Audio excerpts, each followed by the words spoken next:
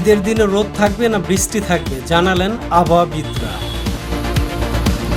এই রকম নতুন নতুন ভিডিও দেখতে চাইলে আমাদের চ্যানেলটিকে সাবস্ক্রাইব করুন।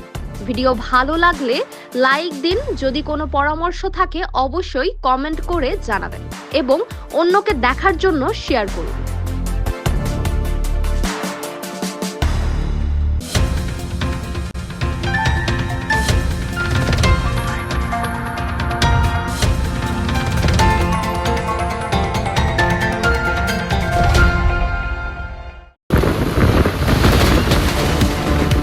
ঈদের দিনে রোদ থাকবে না বৃষ্টি থাকবে জানালেন আবহাওয়াবিদরা। কোন কোন জায়গায় বৃষ্টি থাকবে কিংবা ঝড়ো বা দমকা হাওয়া বইবে তাও জানালেন তারা।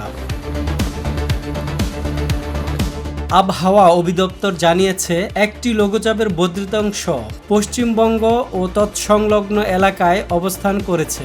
পাশাপাশি মৌসুমের স্বাভাবিক লঘুচাপ দক্ষিণ বঙ্গোপসাগরে সক্রিয় রয়েছে। এর প্রভাবে দেশের বিভিন্ন স্থানে বৃষ্টি ও ঝড়ো হাওয়া পরিস্থিতিতে তৈরি হয়েছে।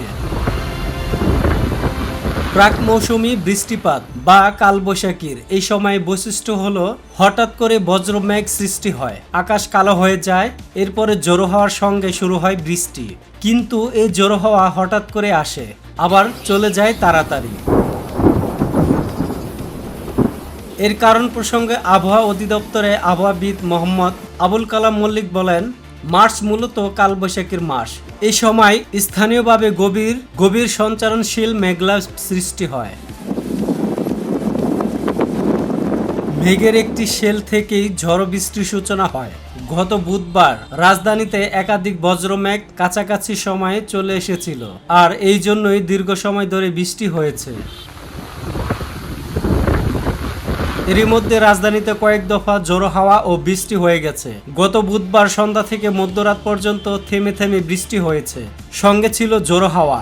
আবহাওয়া অধিদপ্তরের পূর্বাভাস, আজ ঢাকা সহ 6 বিভাগের কিছু স্থানে বৃষ্টি হতে পারে। আগামী শনিবার পবিত্র ঈদ উল ফিতর পালিত হবে। ওই দিনও ঢাকা বিভাগ সহ দেশের 5 বিভাগের কিছু স্থানে বৃষ্টি সহ বজ্রবৃষ্টি হতে পারে বলে জানিয়েছে আবহাওয়াবিদরা।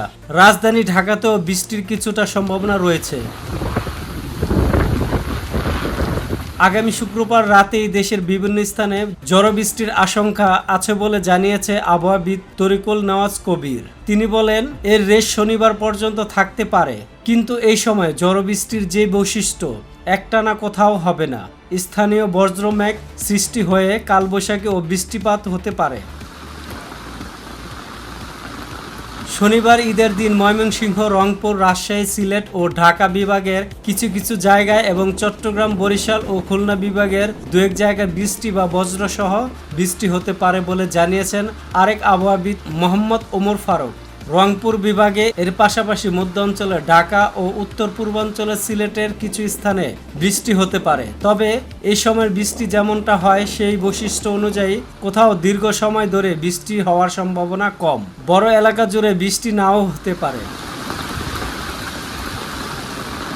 আরেকজন আবহাওয়াবিদ মোহাম্মদ আবুল কালাম মল্লিক বলেন, ঈদের দিন বিক্ষিপ্তভাবে উপকূলীয় অঞ্চলে অর্থাৎ খুলনা, বরিশাল ও চট্টগ্রাম বিভাগ অপেক্ষাকৃত কম বৃষ্টি হতে পারে।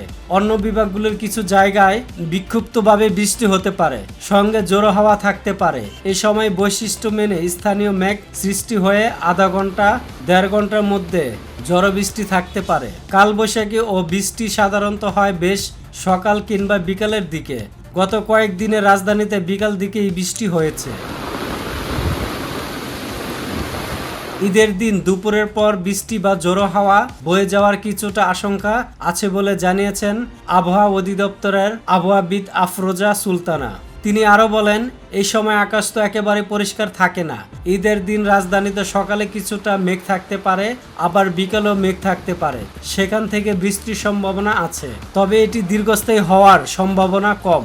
কোথাও কোথাও বিক্ষিপ্তভাবে শিলাবৃষ্টিরও সম্ভাবনা রয়েছে।